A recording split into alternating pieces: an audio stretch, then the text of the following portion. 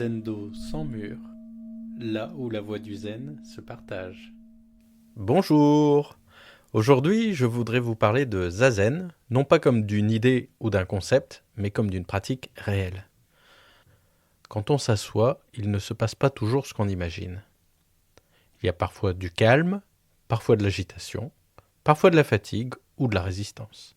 Avec le temps, on découvre que Zazen ne consiste pas à produire quelque chose, mais à rencontrer pleinement ce qui est là. Et c'est à partir de cette réalité concrète que je voudrais vous en parler aujourd'hui. Dans un précédent podcast, j'ai présenté le Fukan Zazengi de Dogen. Ce texte décrit notamment la posture selon Dogen, ce moine du XIIIe siècle japonais.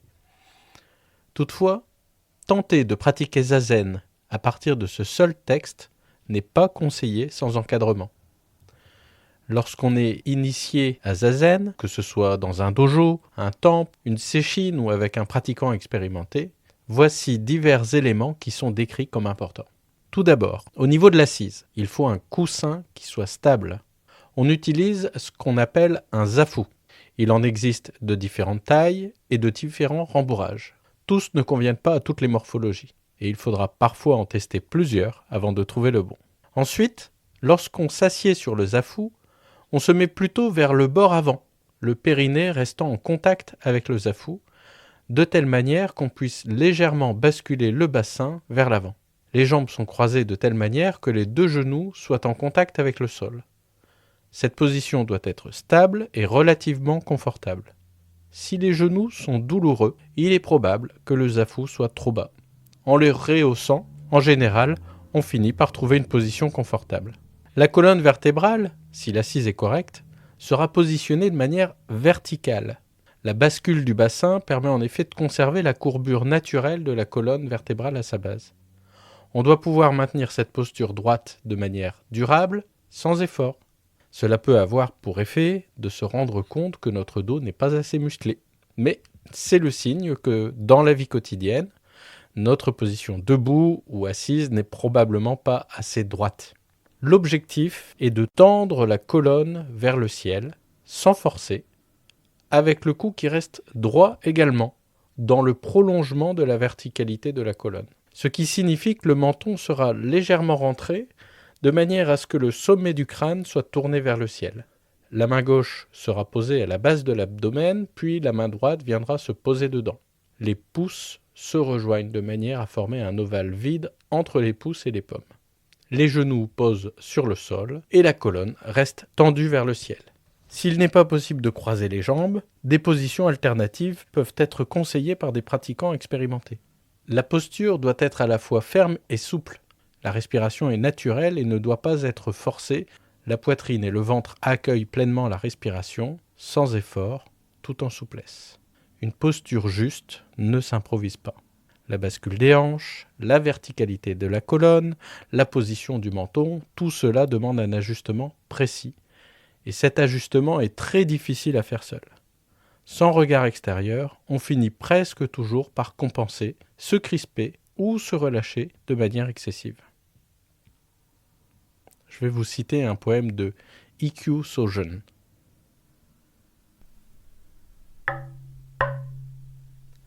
Assis sans rien faire, je regarde tomber les feuilles. Chaque chose suit sa voie, sans que j'aie à intervenir.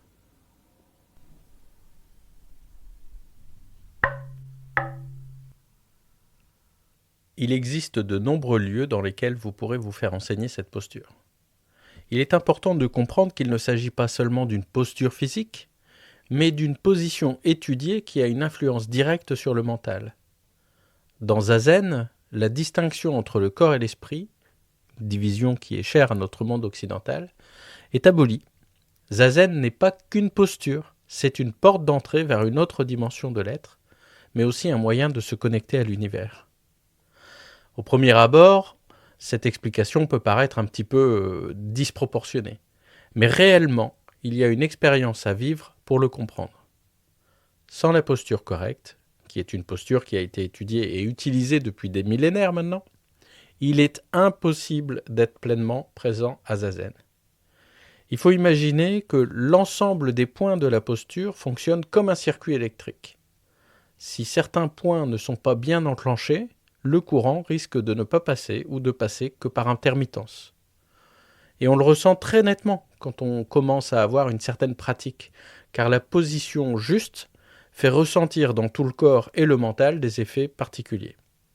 C'est pourquoi il faut impérativement bénéficier du regard expérimenté d'un pratiquant pour acquérir la posture juste pour soi, c'est-à-dire son corps et ses contraintes morphologiques. D'ailleurs, il est important de préciser que tout pratiquant, aussi expérimenté soit-il, bénéficie parfois d'une correction de sa posture. En effet, cette dernière peut évoluer avec le temps, mais aussi en fonction de notre état de forme physique, de la régularité ou non de la pratique, de la manière dont le mental agit pendant zazen. Bref, avoir sa position corrigée n'est pas une correction faite uniquement à un débutant, mais plutôt une aide apportée à un zazen qui nécessite d'être rééquilibré. Cela m'amène à présenter une chose importante. Un zazen n'est jamais le même. Il n'y a pas vraiment de progression linéaire dans la pratique. Même après des années de pratique, il est tout à fait possible d'être envahi de pensées, de ressentir de la douleur ou même de s'endormir en zazen. En effet, la qualité d'un zazen dépend de beaucoup de choses, du contexte de vie, de l'état physique, de la fatigue, des tensions du moment, et aussi bien sûr de l'expérience accumulée qui permet de gérer tous ces paramètres auxquels sont confrontés tous les pratiquants. Ce qui nous rappelle avec efficacité que l'une des grandes lois de ce monde est celle de l'impermanence. Mais cette expérience accumulée des pratiquants ne garantit rien. Elle ne permet pas de réussir un zazen. Elle change simplement la manière dont on traverse ce qui se présente. J'avais un professeur de mathématiques qui me répétait toujours « Derrière les choses les plus simples se cachent parfois des choses compliquées ». Zazen correspond très bien à sa réflexion. On est assis, tout simplement. Quoi de plus évident que de rester immobile sans penser à rien. Et pourtant, même après 30 années de méditation, je peux témoigner qu'il y a des jours où j'ai l'impression qu'il n'y a rien de plus difficile. Ce n'est d'ailleurs pas important que mon zazen de ces jours-là ne soit pas réussi.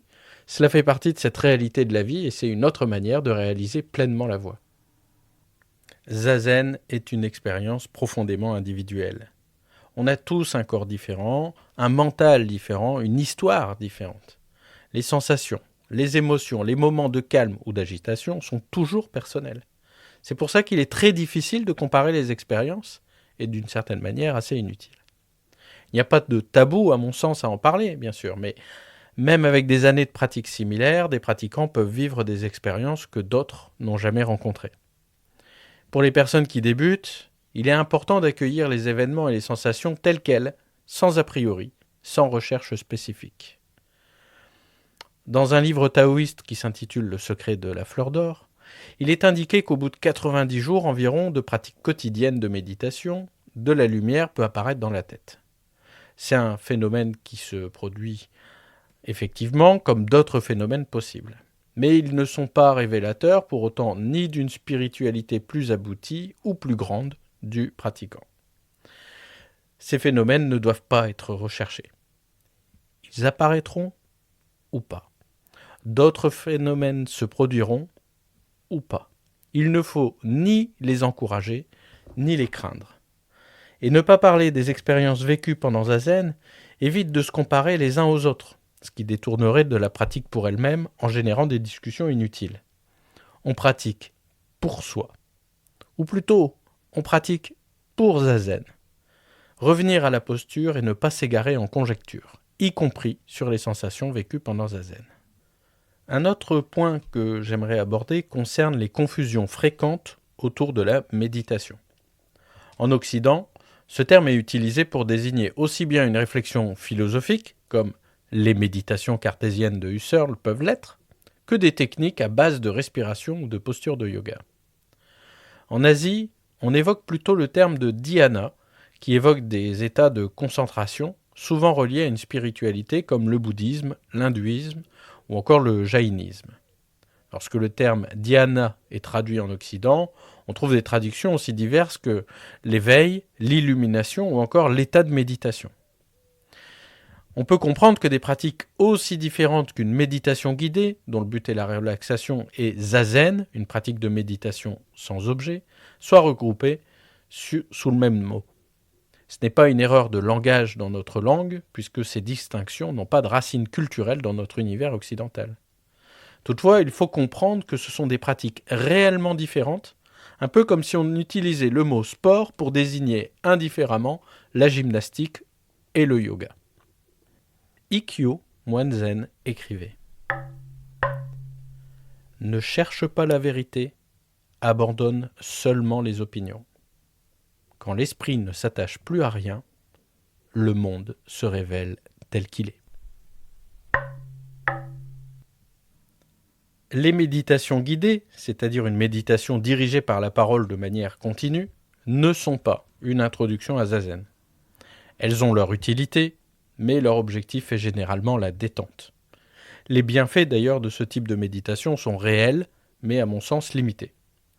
Les pratiquants de ce type de méditation vont améliorer leur quotidien, probablement, mais ne connaîtront pas l'état d'apaisement du mental et ce nouveau rapport au monde que crée Zazen.